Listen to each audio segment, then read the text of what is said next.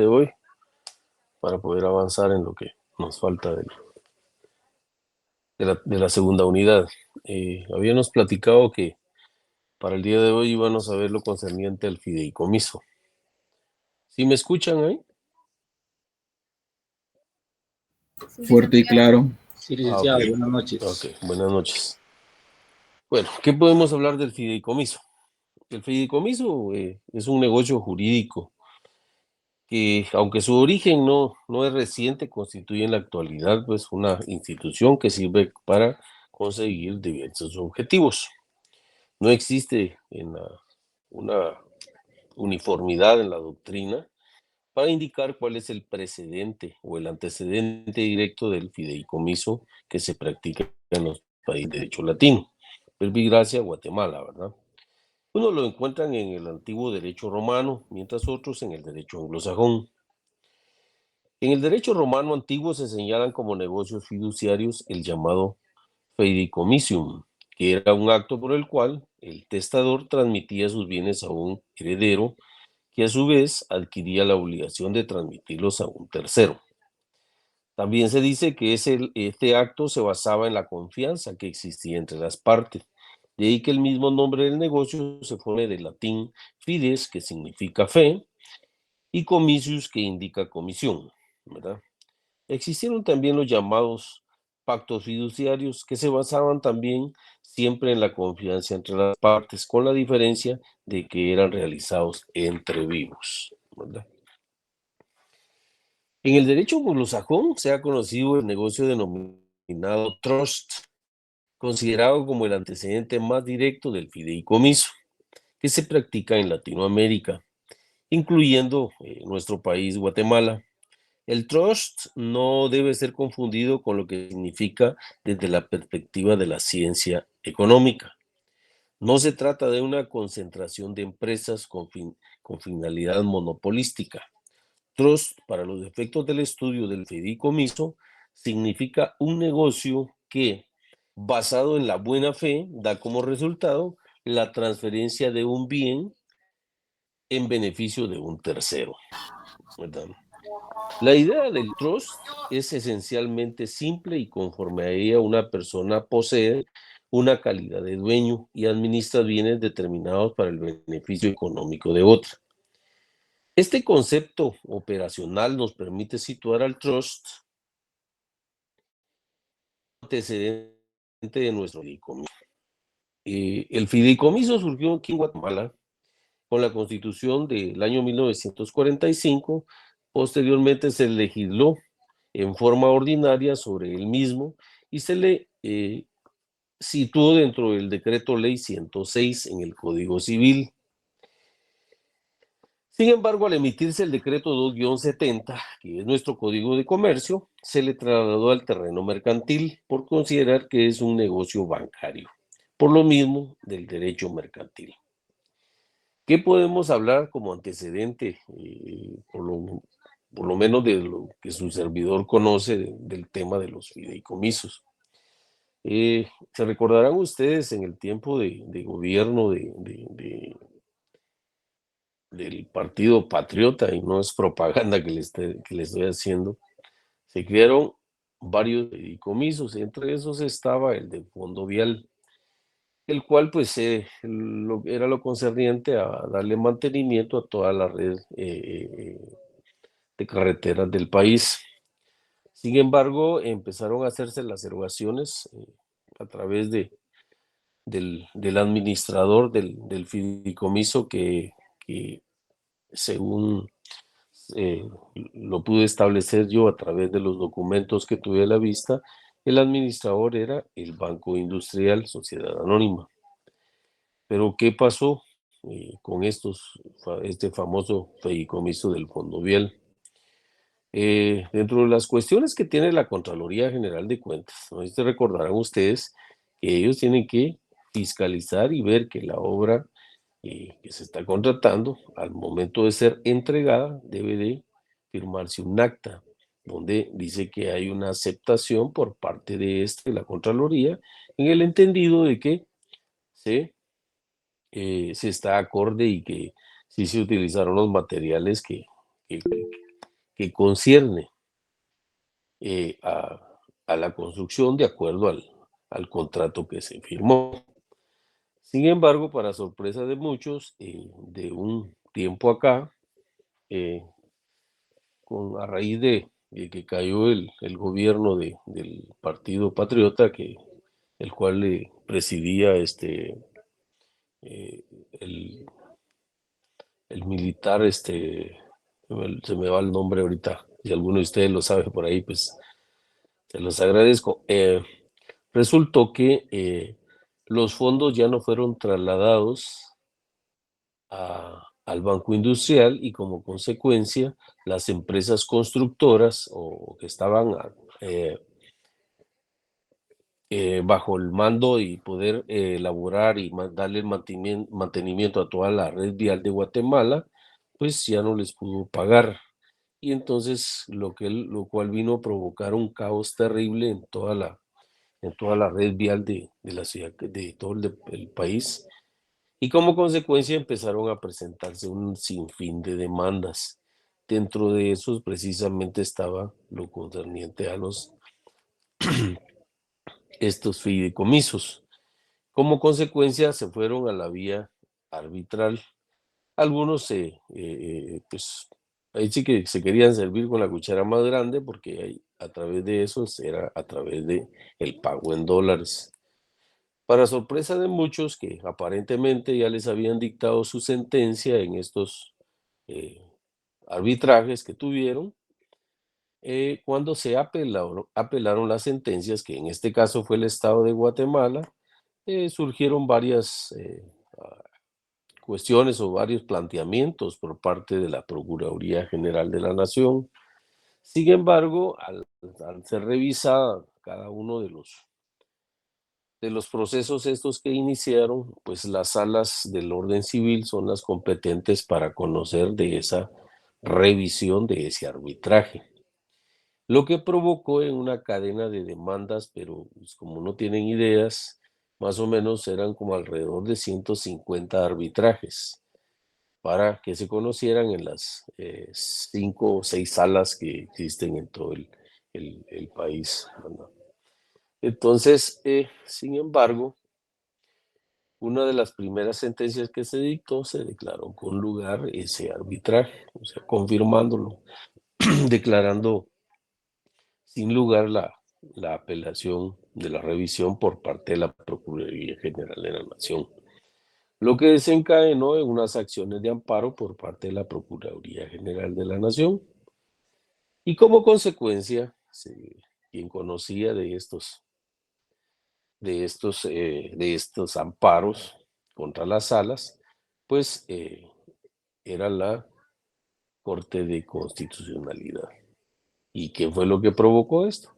Que la Corte de Constitucionalidad anulara todos esos procesos con el argumento de que quien había comparecido en el contrato de la escritura de se elaboró el contrato del fideicomiso, no tenía las facultades suficientes para poder comparecer. Y como consecuencia, declararon sin lugar esos arbitrajes y con lugar la apelación promovida por el, en la Procuraduría General de la Nación. Esto desencadenó en que muchas empresas se, se perdieran mucho de dinero porque ya no les pagaron la parte que les correspondía en virtud de que las demandas fueron declaradas sin lugar. Hoy en día no sé cómo estarán todavía estas empresas, creo que algunas se fueron a la quiebra. Dentro de ellas había una, Sigma, me recuerdo, ¿no? Algunas se fueron a la quiebra porque ya no pudieron sostenerse dentro del mercado guatemalteco debido a que ya no tenían capital para seguir funcionando. Y como consecuencia lo que hacen es liquidar esas empresas o las sociedades para poder pues dejar de funcionar, ¿verdad? Eso es un antecedente que es real, ustedes pueden corroborarlo en los tribunales del orden civil, especialmente en las salas, ahí podrán determinar y ver y establecer cuáles son esos arbitrajes que se promovieron producto estos fideicomisos del Fondo Vial. Y así como hay eso del Fondo Vial, hay una infinidad de fideicomisos que se utilizan, es una figura mercantil, pues no obstante, como lo mencionábamos, surgió en la Constitución Política de la República en 1945, luego fue plasmado a través del Código Civil en el año 1960, 64, perdón, y oportunamente pues ya fue trasladado al decreto 2-70, que es el Código de Comercio. Ese es un antecedente histórico que tenemos y por eso es que funciona hoy en día los famosos fideicomisos. ¿Cuál es el concepto de fideicomiso? Pues esto lo podemos encontrar y por eso les dejé como tarea que leyeran los artículos 766 y 793 del Código de Comercio. Ahí vamos a encontrar todo lo concerniente del fideicomiso y donde se encuentra regulado, y por eso les mencionaba el decreto 2-70. Y como consecuencia podemos decir que el fideicomiso es un negocio jurídico por el que una persona llamada fideicomitente transmite bienes a otra llamada fiduciario con fines específicos y en beneficio de un tercero llamado fideicomisario. En este caso que yo les explicaba y les ponía como de ejemplo del fideicomiso del Ministerio de Comunicaciones para ver la reparación del mantenimiento del fondo vial de, de todas las carreteras de la red vial de toda Guatemala, pues el administrador era nada más y nada menos que el Banco Industrial. Y pues al ya no tener los fondos, porque ya no se los trasladó el Ministerio de Finanzas, pues provocó que ya no les pagó a estos y pues estas empresas lo que hicieron fue empezar a demandar, ¿verdad? El error que cometieron dentro de sus planteamientos, de las pretensiones que tenían a través de sus demandas, es que no demandaron directamente a quien correspondía, por un lado. Segundo, el abogado que los asesoró en ese momento, por eso es bien importante establecer quiénes son los únicos que pueden comparecer a firmar este tipo de documentos, de este tipo de contratos. Y para eso existe un ente representante del Estado. ¿Alguien me puede decir quién es el representante del Estado? La Procuraduría General de la Nación. Es correcto. El procurador de los derechos humanos. No, es No, la, pues, es la Procuraduría General de la Nación. Es el Procurador General de la Nación. Él es el único facultado para poder comparecer y firmar esta clase de contratos. O en su caso, él tiene que otorgarle facultades a través de un mandato a las entidades que funcionan dentro del Estado para poder comparecer a celebrar esta clase de negocios. Pues eso lo establece, eso está establecido en ley. Pueden ver la ley de compras y contrataciones del Estado, pueden ver la ley de la Procuraduría General de la Nación, que es el decreto 512, y ahí se van a dar cuenta del por qué es que él es el único competente para esto. Los errores que cometieron fue que hicieron comparecer al ministro de Comunicaciones en ese fideicomiso, y entonces él, muy muy inteligente, pues él se hizo comparecer y pues él los hizo caer en un error. Y los abogados que no estuvieron, que asesoraron a las empresas, no se percataron de que él no tenía facultades para comparecer a celebrar este tipo de negocios. Verbigracia, el caso de la empresa esta que, algo así es el nombre de la empresa esta que tenía el tema de la portuaria.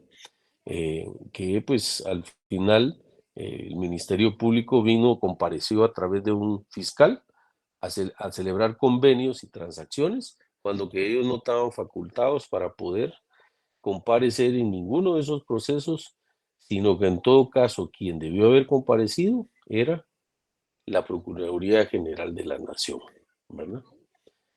Y todos esos errores a veces se cometen a nivel de Estado y por desconocimiento de la ley, ¿verdad? Todo el mundo cree que por el hecho que es el el presidente o es el director o esto tiene facultades. No, no tienen facultades en lo concerniente al Estado. Cuando las entidades son autónomas, ahí sí, porque ellos precisamente por la misma autonomía que tienen, pues ellos tienen las facultades propias por la misma investidura que les otorga la autonomía que les ha otorgado la misma ley, ¿verdad?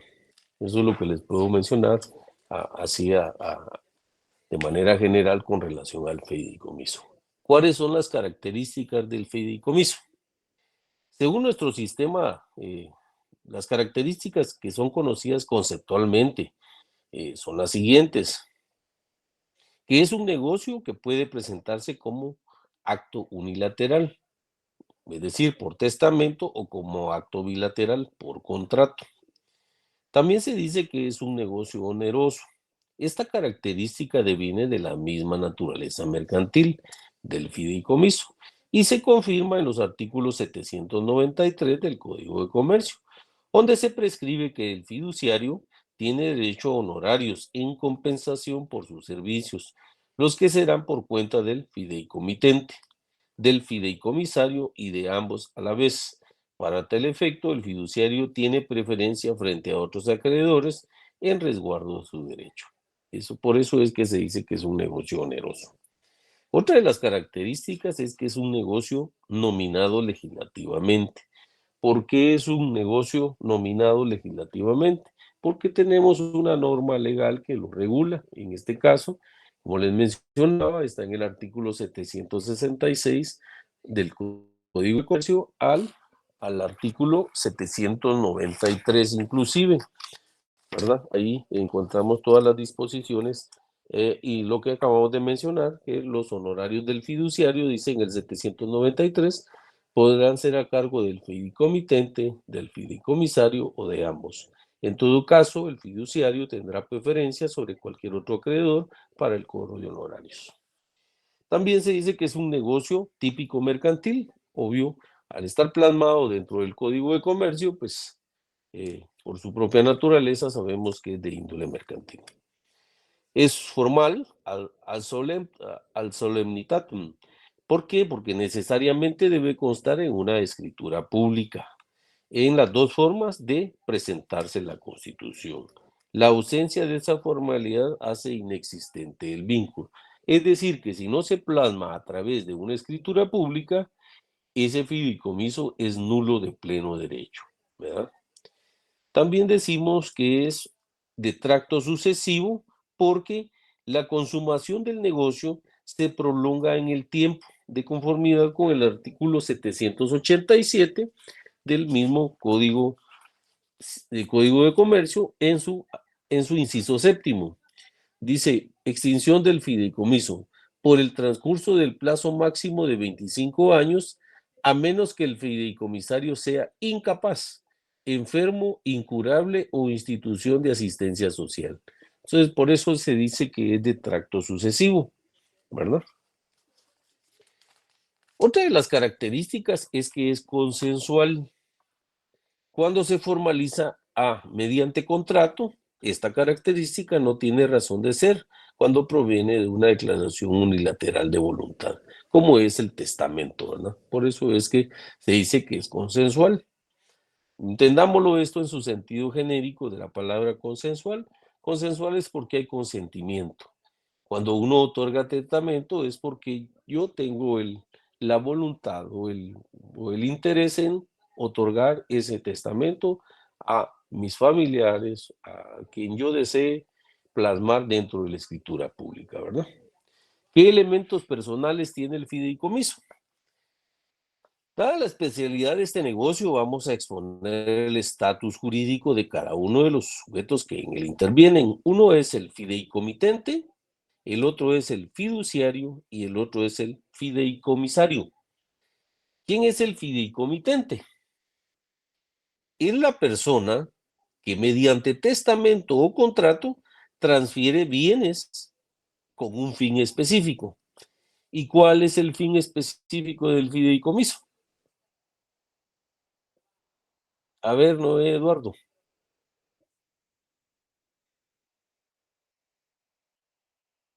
No está conectado, ¿no, Eduardo?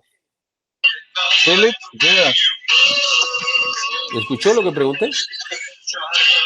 Sí, la escuché solo con recortado, Lick, no. Si usted apaga lo que tiene ahí encendido y le baja el volumen, creo que sí va a escuchar, ¿no? Sí, ya estuvo. Bueno, entonces, por favor, pongamos un poquito más de seriedad en la clase, porque aquí creo que todos queremos aprender, ¿verdad? Especialmente ustedes que todavía están por cursar el curso de Derecho Mercantil 3, ¿verdad? ¿Por qué decimos, y esa es la pregunta, el fideicomitente? Dice que es la persona que mediante testamento o contrato transfiere bienes con un fin específico. ¿Cuál es ese fin específico del fideicomiso? El uso y la onerosidad del contrato, Lick. Vamos a ver. En beneficio económico de otra persona o un tercero Sí, en el este caso. beneficio. Es correcto. De que es Es que, cedible, que puede traspasar a otra persona. sí. A ver, Yolanda, Rebeca, a ver qué nos puede decir.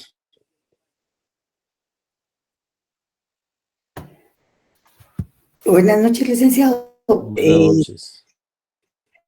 Yo entiendo que es según el artículo, que el que no puede heredar por perdón, el que debe tener la capacidad legal para enajenar sus bienes. No, no es eso. Perdón. Licenciado, yo veo que como una forma en que el fiduciario, que puede ser que es únicamente el banco, es una forma en la que administra los bienes del fideicomitente para generar ingresos, lo que tiene que ver a un lucro. Yo a este contrato lo veo, no sé si estoy mal, pero yo lo veo como un tipo mandato, en donde el fideicomitente transmite la posesión de su bien con el objetivo de que el banco, que es el fiduciario, genere ingresos, los administre y los coordine a las disposiciones del contrato que han pactado y llevado a cabo ambas partes, ¿verdad? Sí, es correcto. Miren lo que dice aquí del fideicomitente. La declaración de voluntad la puede hacer por sí o por medio de apoderado, con facultades especiales para constituir fideicomisos. Ojo con esto, como es un acto de disposición patrimonial, es decir, yo voy a disponer de mis bienes, la ley exige que el fideicomitente tenga capacidad para enajenar. En el caso de los menores incapaces y ausentes, sus representantes legales pueden constituir fideicomisos por sus representados, siempre que medie autorización judicial. En notariado, ustedes creo que vieron algo referente dentro de las diligencias de jurisdicción voluntaria en el decreto 54-77, si no estoy mal, corríjanme ustedes, que está la disposición y gravamen de bienes de menores e incapaces. Pues ahí está uno precisamente a lo que estamos refiriendo, ¿verdad? Que hay casos tan especiales como este que hay que tramitar esas diligencias para disponer de los bienes de los menores, de los incapaces, para poder gravarlos, ¿verdad? Es precisamente esto lo que, por eso es que la ley establece que ellos tienen que tener la disposición para poder enajenarlo. Es decir, enajenar es vender, ¿verdad? ¿Qué es el fiduciario?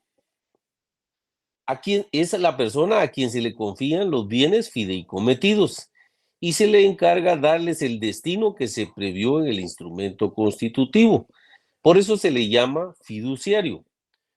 Ojo, únicamente los bancos o instituciones de crédito autorizados por la Junta Monetaria pueden desempeñarse como fiduciarios. Es decir, una persona individual no puede ser fiduciaria, ¿verdad? Entonces, esto es, anótenlo bien porque es una de las preguntas que les va a venir en el examen. En el caso de los bancos, actuar como fiduciario significa una operación neutra que reporta beneficios en concepto de honorarios. El fiduciario, dice, nunca puede tener la calidad de fideicomisario del fideicomiso en que intervenga como tal. Cuando el fideicomiso se organiza mediante contrato, la figura del fiduciario aparece suscribiendo el contrato, según lo convenido en la publicitación del negocio. Pero cuando es por testamento puede suceder que se omita quién va a tener esa calidad. En este caso, la ley establece que el juez competente, a propuesta del fideicomisario o por iniciativa judicial, si no hubiera respuesta, hará la designación correspondiente en casos muy especiales, ¿verdad? Pueden también existir varias personas como fiduciarios, quienes actuarán conjunta o sucesivamente según lo previsto en el instrumento constitutivo. A nuestro juicio, lo que no pueden es actuar aisladamente, es decir, separadamente no pueden actuar. Normalmente aquí en Guatemala, la mayoría de fideicomisos se los designan a un banco, porque el banco va a ser el administrador de ese dinero que va a recibir por parte de la persona que les está dando ese derecho para poder administrar ese dinero, ¿verdad? Y como consecuencia ellos tienen que tener la suficiente solvencia para poder pagar a la hora de que se dé el cumplimiento para el cual fue creado el fideicomiso, ¿verdad? ¿Qué es el fideicomisario? Es la persona que resulta beneficiada con motivo de la ejecución del fideicomiso. A este se le denomina, dice, fideicomisario. La ley requiere que tenga capacidad para adquirir derechos y su designación puede aparecer en el instrumento constitutivo o por lo menos darse los parámetros que servirán para determinarlo. Por ejemplo, si se construyera un fideicomiso para becar a estudiantes universitarios que por sus notas sobresalientes quisieran continuar una especialización en el exterior, las calificaciones servirían para determinar a los fideicomisarios definitivos dentro de una carrera, una universidad, etc. El fideicomisario tiene los siguientes derechos. Primero, ejercitar los que le confiere la ley y el instrumento constitutivo. 2. Exigir el cumplimiento del fideicomiso. 3. Pedir la remoción del fiduciario por causas anteriormente expuestas. Impugnar los actos realizados por el fiduciario con manifiesta mala fe o con infracción de las reglas del fideicomiso, exigiendo la restitución de los bienes que hubieran salido del patrimonio fideicometido como consecuencia de los actos impugnados. Y revisar por sí, por medio de apoderado, los libros, cuentas y comprobantes sobre las operaciones del fideicomiso y mandar a practicar las auditorías que sean necesarias. Ahora bien, como puede suceder que el fideicomiso esté funcionando y no exista a un fideicomisario, mientras este es designado, corresponde aquí es a la Procuraduría General de la Nación el ejercicio de los derechos apuntados. Era lo que les explicaba anteriormente, que equivocadamente cuando constituyeron ese fideicomiso, cometieron el grave error de no hacer comparecer a la Procuraduría General de la Nación.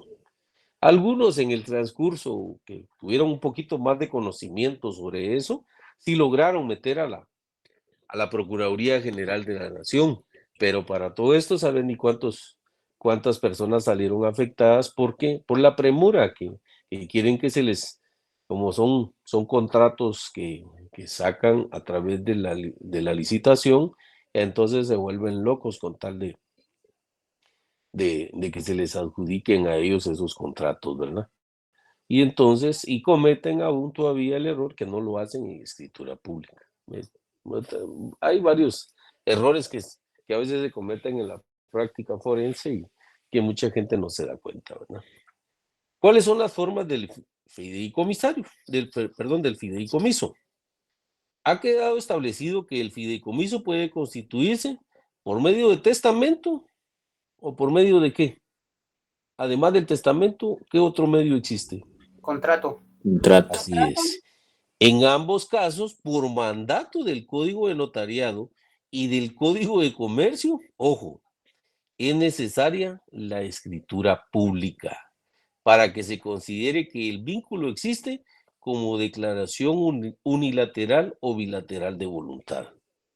Si se hace por testamento, el fideicomiso surte efectos hasta que se declara la legitimidad de aquel. Es decir, hasta que se declara legítimo el testamento, ¿verdad? Oportunidad en que se hará el inventario y evalúe los bienes para luego entregarlos al fiduciario, quien interviene en estas diligencias. Cuando se constituye por contrato, debe comparecer el fiduciario y en el mismo se detallan los bienes debidamente justipreciados. Ojo, por mandato especial del Código de Notariado y del Código de Comercio. Debe de celebrarse en testamento o contrato. Cualquiera de los dos, dependiendo del acto que se va a realizar, ¿verdad?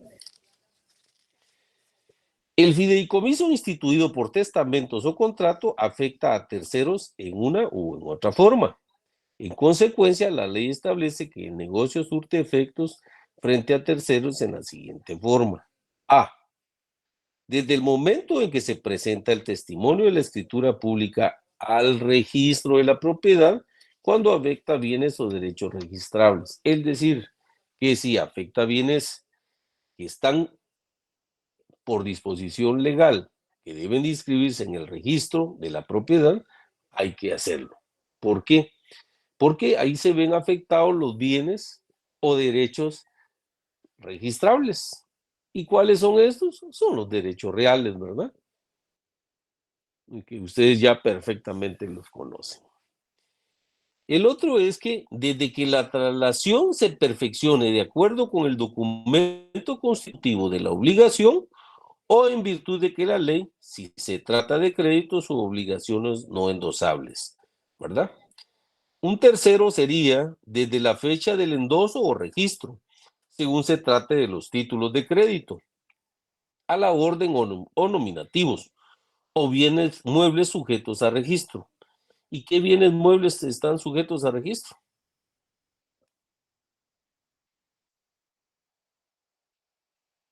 A ver, ¿quiénes aprobaron derecho civil 3 y 4? A ver, Dora Eugenia. Si es que está conectada por ahí, Dora Eugenia. Veo que no. Sí, buenas noches. La verdad no recuerdo. Ok. ¿Quién le puede ayudar a Dora Eugenia?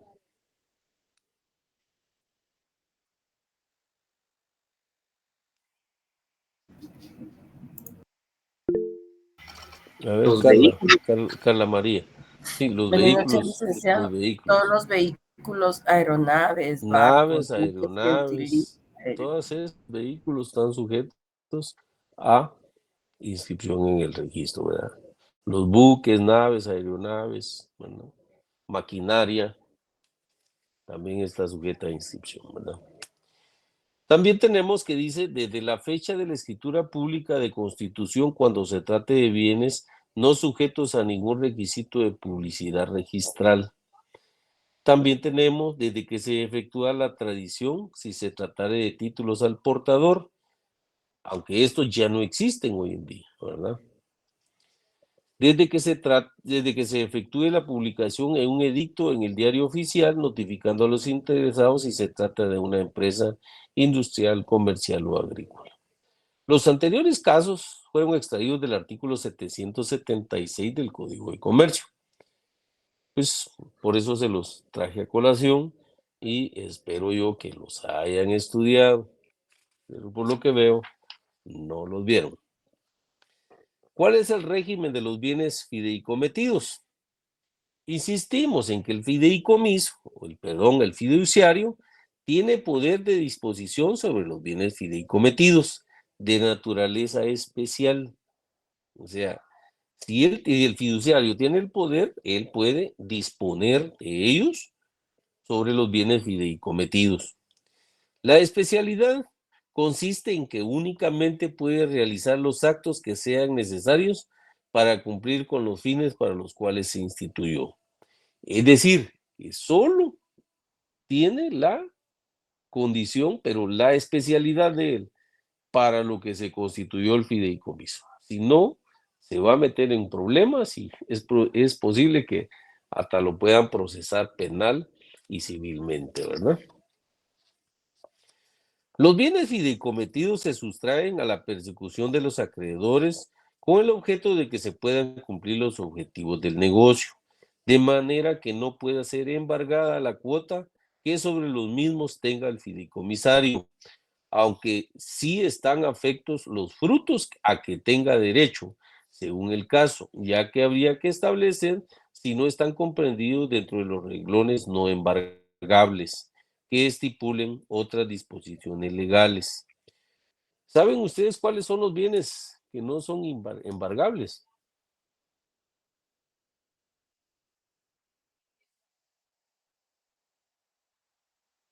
A ver, ¿quién me puede responder eso?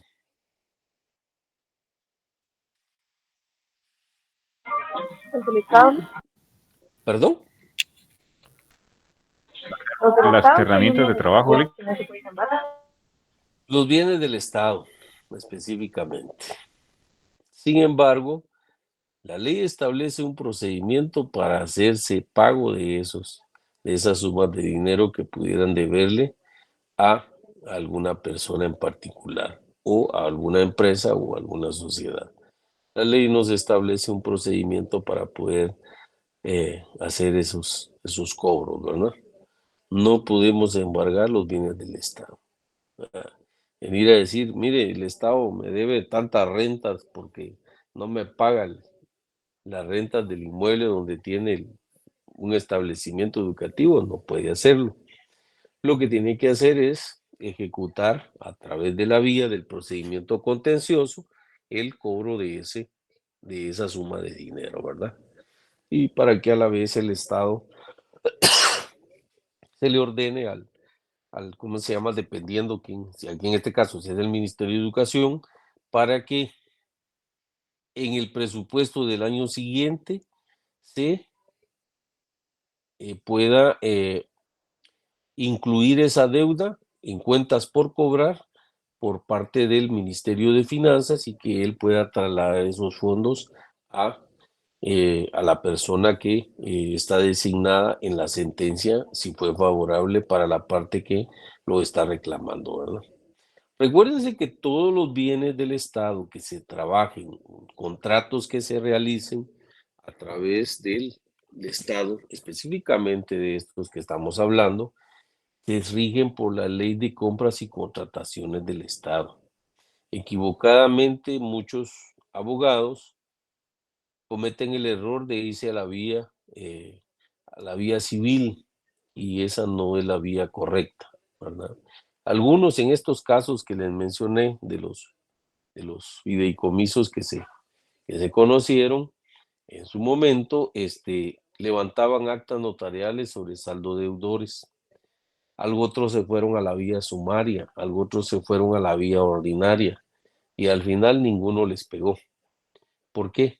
Porque la vía idónea para promover estas acciones es la vía contenciosa administrativa, ¿verdad? ¿Por qué? Porque se rige por la Ley de Compras y Contrataciones del Estado y esta a la vez lo remite a la Ley de lo Contencioso Administrativo, ¿verdad? Las clases de fideicomiso. Las clases de fideicomiso no es un problema en la legislación. En la doctrina se señalan tantas clases de fideicomiso como fines se pretendan lograr con él. Solo a manera de guisa les voy a mencionar algunos. Fideicomiso de garantía, fideicomiso de administración y fideicomiso de inversión, ¿verdad? Cuando hablamos de garantía es porque se da un bien mueble o inmueble en garantía para que sirva de respaldo a el fiduciario que lo va a adquirir. Y el fideicomiso de administración, como el caso que les mencionaba del fondo vial. Se sacó a licitación la prestación de este servicio, de darle mantenimiento a la red vial del país, y entonces el administrador era el Banco Industrial, ¿verdad? Y el fideicomiso de inversión es cuando la mayoría de personas acuden al banco y pues hay un fideicomiso y ahí invierten su dinero para que esto lo administren y a la vez pues le reparta los dividendos que va produciendo ese fideicomiso durante un tiempo determinado que ambas partes pactan con el banco, ¿verdad? Advertimos que esta no es una clasificación absoluta, pero se aproxima generalmente a los diversos propósitos de un fideicomiso en particular. Como les mencionaba, pues el fideicomiso de garantía se instituye para garantizar el cumplimiento de obligaciones. El fideicomiso de administración es para administrar los bienes fideicometidos. Y el fideicomiso de inversión, como lo dije anteriormente, este se da cuando el fideicomitente transfiere bienes destinados a ser invertidos en ejecución del fideicomiso. La nulidad. ¿Por qué hablamos de una nulidad? Porque puede ser que exista un vicio dentro de la constitución de este fideicomiso. Y esto lo encontramos regulado en el artículo 789 del Código de Comercio. Son nulos, dice, los fideicomisos constituidos en forma secreta. Es decir, que estos no pueden ser en forma privada, ¿verdad? Estos se darían en el caso de que se prescindiera, de una escritura pública, o sea, que se constituyeran en documento privado. También son nulos aquellos en que el beneficio se otorga a diversas personas que se irán sustituyendo sucesivamente por fallecimiento. Es decir, si se le deja un fideicomiso al papá y a la mamá, entonces no se puede venir a decir que en el orden sucesivo, entonces si mueren los dos primeros, pues que siga en forma descendente del mayor a menor de los hijos. Eso no se puede porque eso provoca una nulidad de ese fideicomiso, ¿verdad? Por ejemplo, dice que se instituyan dos fideicomisarios en el entendido de que el primero disfrutará 5 años y el segundo otros 5 años en un plazo de 10. La nulidad de la sustitución por muerte ha sido prevista para evitar la vinculación de bienes, ¿verdad? ¿Cómo se extingue el fideicomiso? Y esto lo encontramos regulado en el artículo 787 del Código de Comercio. Y entonces nos menciona que por la realización del fin para el que se fue constituido, por hacerse imposible su realización, por haberse cumplido la condición resolutoria a que haya quedado sujeto, por convenio expreso entre el fideicomitente y el fideicomisario, por revocación hecha por el fideicomitente cuando se haya reservado ese derecho en el documento constitutivo, por renuncia, no aceptación o remoción del fiduciario, si no fuere posible sustituirlo, y por el transcurso del plazo máximo de 25 años, a menos que el fideicomisario sea incapaz, enfermo, incurable o institución de asistencia social. ¿Cuál es el plazo máximo del fideicomiso? A ver, Dora Eugenia, a ver si eso sí me lo puede responder. Sí, 25 años. Ah, bueno. ¿Usted qué piensa, Jacqueline? No está Jacqueline tampoco. Y María de los Ángeles tampoco está. A ver, Magalí. Sí, licenciado, son 25 años. Sí, es correcto. Yo creo que le decía yo a Dora Eugenia. Y luego, pues, tenemos lo concerniente al capítulo referente al contrato de transporte. Y pues, ¿alguien sabe o tiene noción de lo que es el contrato de transporte? Pregunto.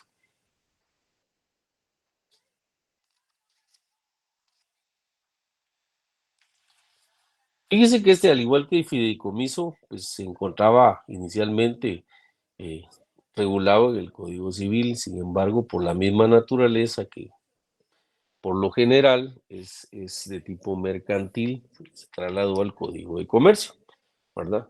Y entonces debemos de ponerle, es necesario apuntar que en el Código Civil dice el contrato de transporte contaba con menos artículos que los que le asigna el Código de Comercio. Por otro lado, en este capítulo que lo describe, consta de 3 secciones. La primera que se refiere a las disposiciones generales del contrato de transporte. La segunda que desarrolla el transporte de personas y la tercera que trata del transporte de cosas. Esta sistematización de las normas, a pesar de ser más técnica en su presentación, adolece de algunas disposiciones confusas que no existían en el Código Civil. Como su nombre mismo lo indica, el contrato de transporte es una actividad que facilita el desplazamiento de personas o cosas de un lugar a otro. No vayan a pensar que es contrato de transporte los que se dedican a llevar y traer gente para el norte. Oigan, ese no es contrato de transporte. Ellos cobran como que fueran los paisanos que viajan para allá. Millonarios cobran unas cantidades terribles, ¿verdad? Pero no es un contrato de transporte. ¿Qué delito se comete por eso? A ver, Yolanda, Rebeca.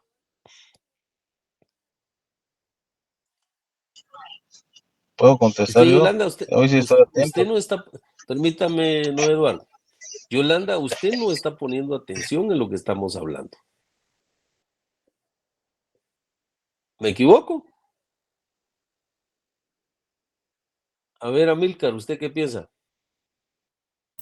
Respecto al delito que comete la persona, sería tráfico ilegal de personas. Es correcto. ¿Estamos de acuerdo, no, Eduardo? No. Pues en un 50%, Lick, porque habría que ver la nacionalidad, ¿va? Si es guatemalteco, pues la ley establece que es tráfico ilegal de guatemaltecos. Desde Y el si es momento extranjero, mínimo. pues también de extranjero. Es De que lo que extranjero, pasa pero es que de personas es general, así de una forma sí, general. es exacto. Es que es precisamente todo el tema de trata, ¿verdad? Trata de personas y eso Hasta pues, incluyen extorsión, Lick. exacto. Eso es, le digo, es una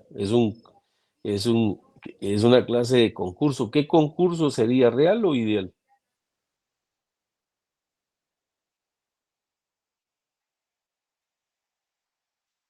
En derecho penal, ¿cómo estamos? Al 100, Lick, al 100. Ah, ya me imagino. ¿Qué dice Brian? ¿Qué dice Brian?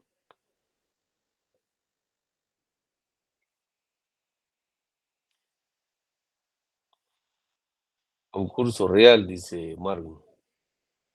¿Está de acuerdo usted, no, Eduardo, que sea concurso real, no?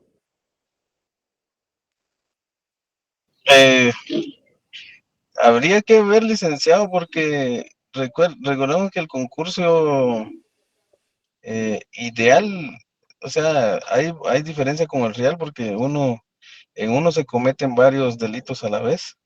Dos o más, Y dice. en el caso del delito real sí se produce cuando hay varias acciones y varios delitos a la vez en el real, entonces sería ideal. Sí, Es que Marvin, prácticamente hay controversia porque podría ser real también. sí, depende Pues, el número de personas que lleva y cómo fue el ardido y los engaño que delitos utilizó que se para... cometan. Correcto. Podría darse las dos naturalezas, ¿verdad? Concurso real y concurso ideal, ¿verdad? Pero bueno, era solo para ver si estaban atentos a lo que es el derecho penal, ¿verdad? ¿Qué concepto tenemos de lo que es el contrato de transporte? Y esto lo encontramos regulado en el artículo 794 del Código de Comercio. Conforme a esta norma, podemos decir que es un contrato por el cual una persona llamada porteador, ¿sí? Porteador, se obliga por un precio a conducir personas o cosas de un lugar a otro. Este concepto es aplicable al contrato de transporte terrestre, al aéreo o al que tenga el agua como vía de comunicación, ya que el régimen jurídico del negocio es genérico. Y esto lo encontramos en el artículo 795. Aplicabilidad, dice, las disposiciones del presente capítulo se aplicarán al transporte por tierra, agua y por aire, ¿verdad? Precisamente porque el contrato de transporte lo encontramos regulado en el artículo 794, sección primera, disposiciones generales, capítulo sexto, ¿verdad? Y en el 795 la aplicabilidad, en el 796 las aplicaciones del porteador, en el 797 tenemos el transporte combinado, puede ser que también lleve carga y lleve pasajeros, podría ser uno de los ejemplos, ¿va? Si es un contrato de transporte, dice, intervienen 2 o más porteadores, cada uno responderá dentro del ámbito de su respectiva ejecución. Y en el artículo 798 tenemos la limitación de la responsabilidad. Y luego en el artículo 799, la prescripción, que las acciones derivadas del contrato de transporte prescriben en 6 meses. Es decir, que si han transcurrido 7 meses, usted ya no puede venir a solicitar ningún reclamo. ¿Por qué? Porque ya prescribió el plazo que la ley nos establece. ¿Que de cuántos meses estamos hablando, Luisa? Tampoco está conectada Luisa. O no tiene internet, me va a decir por ahí. A ver, Betsy Yanira. Tampoco está conectada. Marta Julia, ¿qué dice usted? 6 meses. Es correcto. ¿Cuál es la naturaleza jurídica del contrato de transporte? Pues en cuanto a su ubicación dentro de las 2 ramas que tradicionalmente forman parte del derecho privado, no existe ninguna duda de que el contrato de transporte, particularmente en el derecho guatemalteco, es un contrato mercantil, ¿verdad? Ya que se encuentra tipificado entre los contratos particulares que contiene el Código de Comercio, sin perjuicio de que al darse como fenómeno de tráfico comercial, la voluntad de la parte que presta el servicio de transporte se sujeta a las previsiones que le imponen las leyes de carácter público, no modificables por la autonomía de la voluntad, tarifas o precios del transporte, rutas, horarios, categorías, etcétera, ¿verdad? Dentro del tema de la naturaleza jurídica del contrato de transporte, como es usual en los tratadistas, se ha pretendido encontrarse similitud con estos otros contratos, ¿verdad?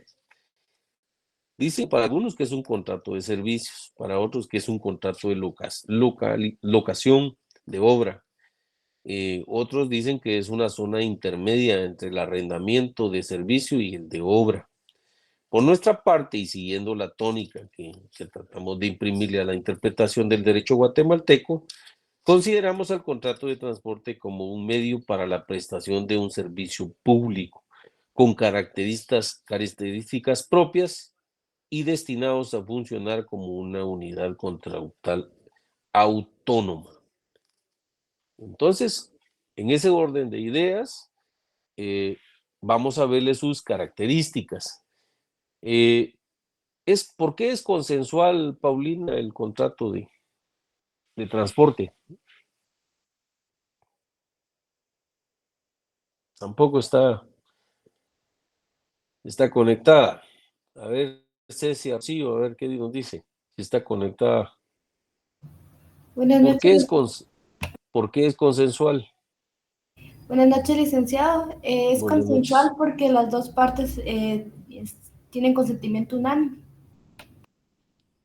Okay. ¿Y por qué es bilateral? A ver, Norma Aidali.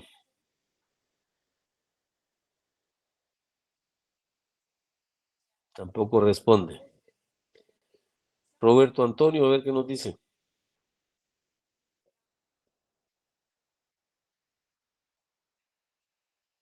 Tampoco está conectado. Dora Eunice es, ¿verdad? Dora Eugenia es, perdón.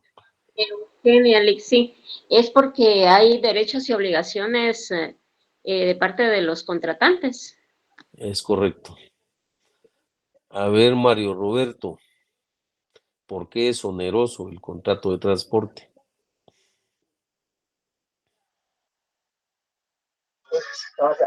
Buenas noches. Buenas noches.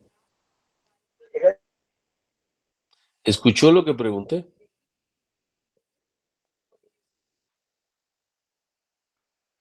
Mario Roberto, ¿escuchó usted lo que yo pregunté, no? Se le fue el internet, Ya, ¿verdad? no, pide que estoy en un bus, no sé si me escuchan bien. Ójole. Sí, lo escuchamos. ¿Y cómo es eso que va en un bus usted si está supuestamente recibiendo la clase de Derecho Mercantil? Si no fuera a través de esta vía, tendría que estar en la universidad. Perdóneme. Correcto, licenciado. ¿Y entonces? Bueno, vamos a ver a Marta Julia. Vamos, Marta Julia. Es oneroso porque las dos partes saben las responsabilidades que se tienen. No, por eso no es oneroso.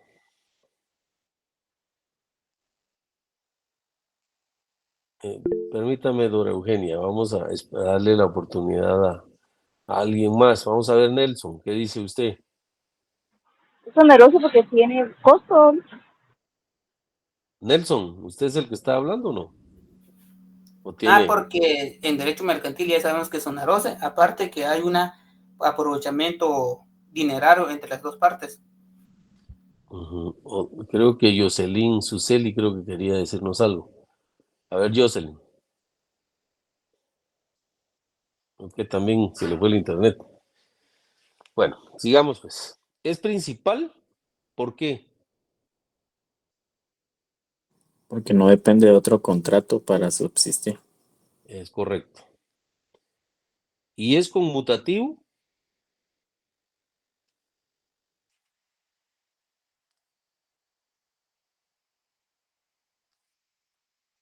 Licenciado, porque ambas partes saben lo que las ganancias y pérdidas que se va a llevar a cabo por medio de ese contrato. Sí. Clases de contrato de transporte.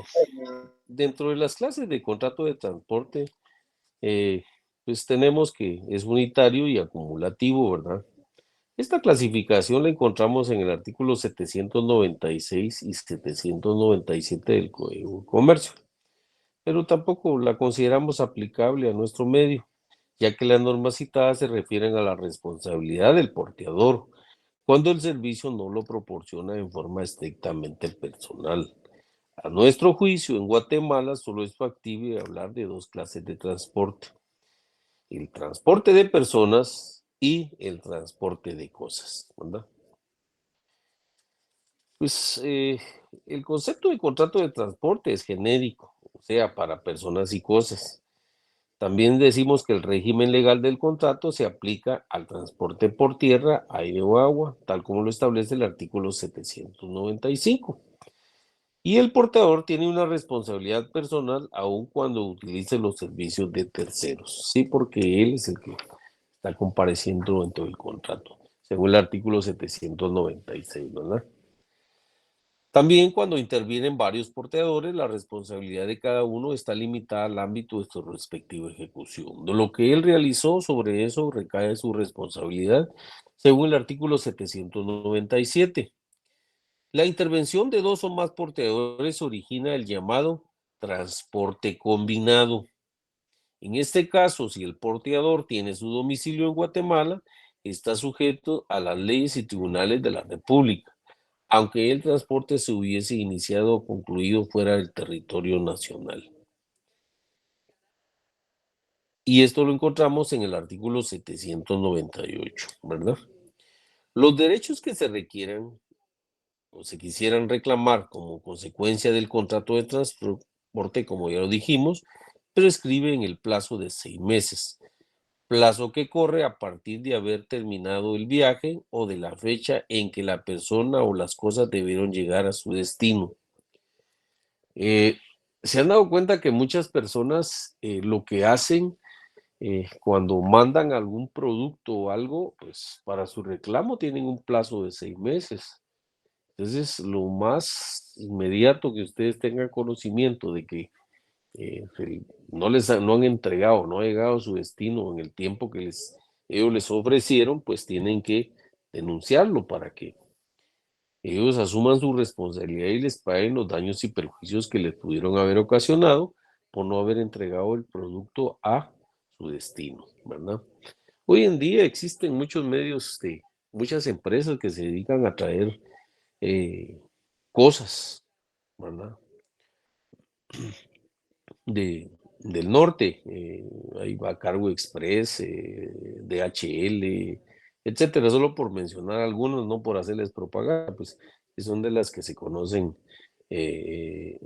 pues dentro de nuestro medio habrán otras, pero no, a mí se me ocurrió mencionar esas que son las que se me vino a la mente, ¿verdad? Entonces, esas son las que en sí se dedican a traer mercadería proveniente del norte, ¿verdad? Porque a veces nuestros familiares que están allá, pues que nos mandan alguna encomienda o algo, entonces utilizan ellos estos dealers para poder mandar las cosas que quieren hacia nuestro país, ¿verdad? Con relación al transporte de personas, de lo que llevamos dicho en este capítulo, es lógico deducir que el contrato de transporte de personas tiene por fin conducir al sujeto de un lugar a otro. ¿Qué se nos viene a la mente rápido? El transporte aéreo, ¿verdad? El transporte aéreo, que es el que la mayoría utiliza utilizamos cuando viajamos a cualquier otro país, ¿verdad? Entonces, ¿por qué? Porque si nos vamos a través de la vía transporte terrestre, llegamos en no sé en cuántos meses podemos llegar al norte, dependiendo al lugar a donde nos dirijamos, ¿verdad? Y pues obvio ya no pueden circular con este tipo de personas, o sea, de transporte con personas, no puede trasladarse más que hasta la frontera con México y ahí tendrían que abordar otro vehículo para que los conduzca del estado de donde está el límite territorial de Guatemala hacia el estado a la otra frontera o fronteras a donde pueda llevarles el medio de transporte mexicano. Entonces sería una cadena indeterminable, por eso son los famosos porteadores que se les llama, ¿verdad? Y pues finalmente pues cada quien va a ser responsable hasta los límites que llegó el servicio que prestó, ¿verdad? Entonces, pero si ustedes agarran una aerolínea, TACA, Avianca, etcétera, y las aerolíneas que funcionan acá, pues ellos tienen un precio y la persona que previamente tenga la autorización para poder ingresar al país del norte, pues, o cualquier otro país que exijan la visa, pues tiene que pasar por migración para ver si tiene los permisos legales para poder viajar por esa vía de transporte aéreo. El que no, pues utiliza otros medios inidóneos para poderse ir hacia el norte, ¿verdad? Que es donde a la mayoría les gusta viajar. Bueno, ¿cuáles son los elementos del contrato? Pues constatan los elementos personales, los elementos reales y los elementos formales. Personales porque se trata son el porteador y el pasajero. Reales, en el contrato de transporte, el elemento real es el valor o el precio del pasaje. Y un contrato mercantil se puede probar en forma muy flexible. El transporte se encuentra sujeto a la formalidad del boleto o billete que el porteador está obligado a entregar al pasajero como prueba del contrato celebrado. Cuando ustedes se van por la vía de transporte terrestre, pues tienen obligación de darles un boleto por el pago del transporte. Pues ese es el contrato preciso que ustedes utilizan a la hora de un incumplimiento por parte de ellos, al igual que las aerolíneas que le dan un boleto aéreo a uno, así dice, boleto aéreo de la línea tal y tal, y entonces ya tiene que pasar a hacer el check-in para poder establecer si efectivamente corresponde a esa aerolínea y la hora del vuelo y etcétera, ¿verdad? Para indicarle cuál es la puerta de embarque y la puerta de salida, ¿verdad? Formales, dice, aun cuando el contrato mercantil, dice, como se puede probar, es una forma muy flexible, el transporte se encuentra sujeto a la formalidad del boleto o billete que el porteador está obligado a entregar. ¿Qué particularidades tiene el contrato de transporte de personas? Que existe responsabilidad del porteador en cuanto al pasajero, que existe responsabilidad del porteador en cuanto al equipaje. Y esas particularidades tan especiales las tiene el contrato de transporte de personas. El transporte de cosas. El contrato de transporte de cosas se va a referir siempre a la actividad de la transportación de un lugar a otro, que es lo que les mencionaba en el tema de la mercadería, que a veces nuestros paisanos mandan del norte hacia Ciudad Capital o a cualquier departamento del interior de la República, ¿verdad? ¿Cuáles son los elementos del contrato? Personales, pues en el contrato de transporte de cosas, los sujetos del contrato reciben las siguientes denominaciones. Pónganle atención a esto. Cargador, remitente o consignante.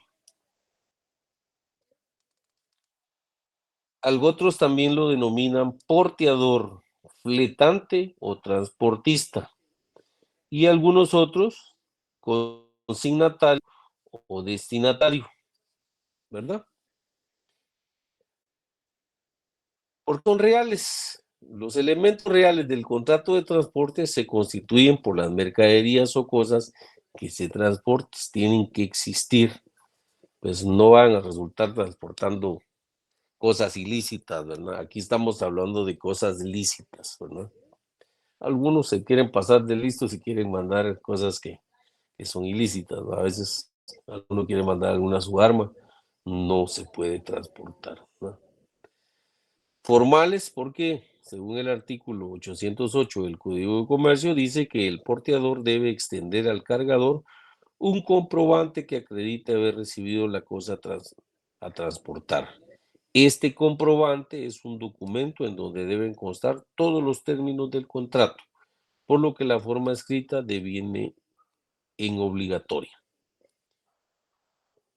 ¿Qué características o qué particularidades tiene el contrato de transporte de cosas? Es un derecho y obligaciones del cargador. Los encontramos en el artículo 5 al 807 del Código de Comercio. Derechos y obligaciones del porteador. A cambio del flete que el porteador, fletante o transportista tiene derecho a cobrar, se obliga, primero, a expedir un comprobante, poner las cosas a disposición del destinatario al concluir la conducción y darle aviso inmediato del mismo. Cobrar el valor de las cosas transportadas cuando así lo hayan pactado con el cargador. Responder de los daños ocurridos a las cosas. Ahora miremos las obligaciones y derechos del destinatario. Pues las obligaciones son recibir las cosas que le mandaron, ¿verdad? En el término de 24 horas a partir del momento en que el porteador los ponga a disposición suya, si fuera el caso. Esto lo encontramos en el artículo 812. Dice que si el portador se lo requiere, abrir y reconocer los bultos en el momento de la recepción, pagar el flete, si es por cobrar, al momento de la recepción, y pagar el precio de las cosas cuando el porteador tiene encargo de cobrarlo, según el artículo 815. ¿Qué derechos tienen? No recibir las cosas averiadas. Y B, negarse a reabrir y reconocer los bultos en el acto de la recepción. Pues esos derechos tiene cada uno. Nos vamos a quedar ahí el día de hoy, ¿verdad? Les ruego, por favor, que para la próxima vamos a ver el contrato de participación y el contrato de hospedaje. Les ruego, por favor, que lo lean en sus libros de texto que tienen y en el Código de Comercio. Que tengan buenas noches y un feliz descanso. Gracias, Felipe. Feliz noche. Feliz noche. Feliz noche a todos. Feliz noche, licenciado. Gracias. Licenciado.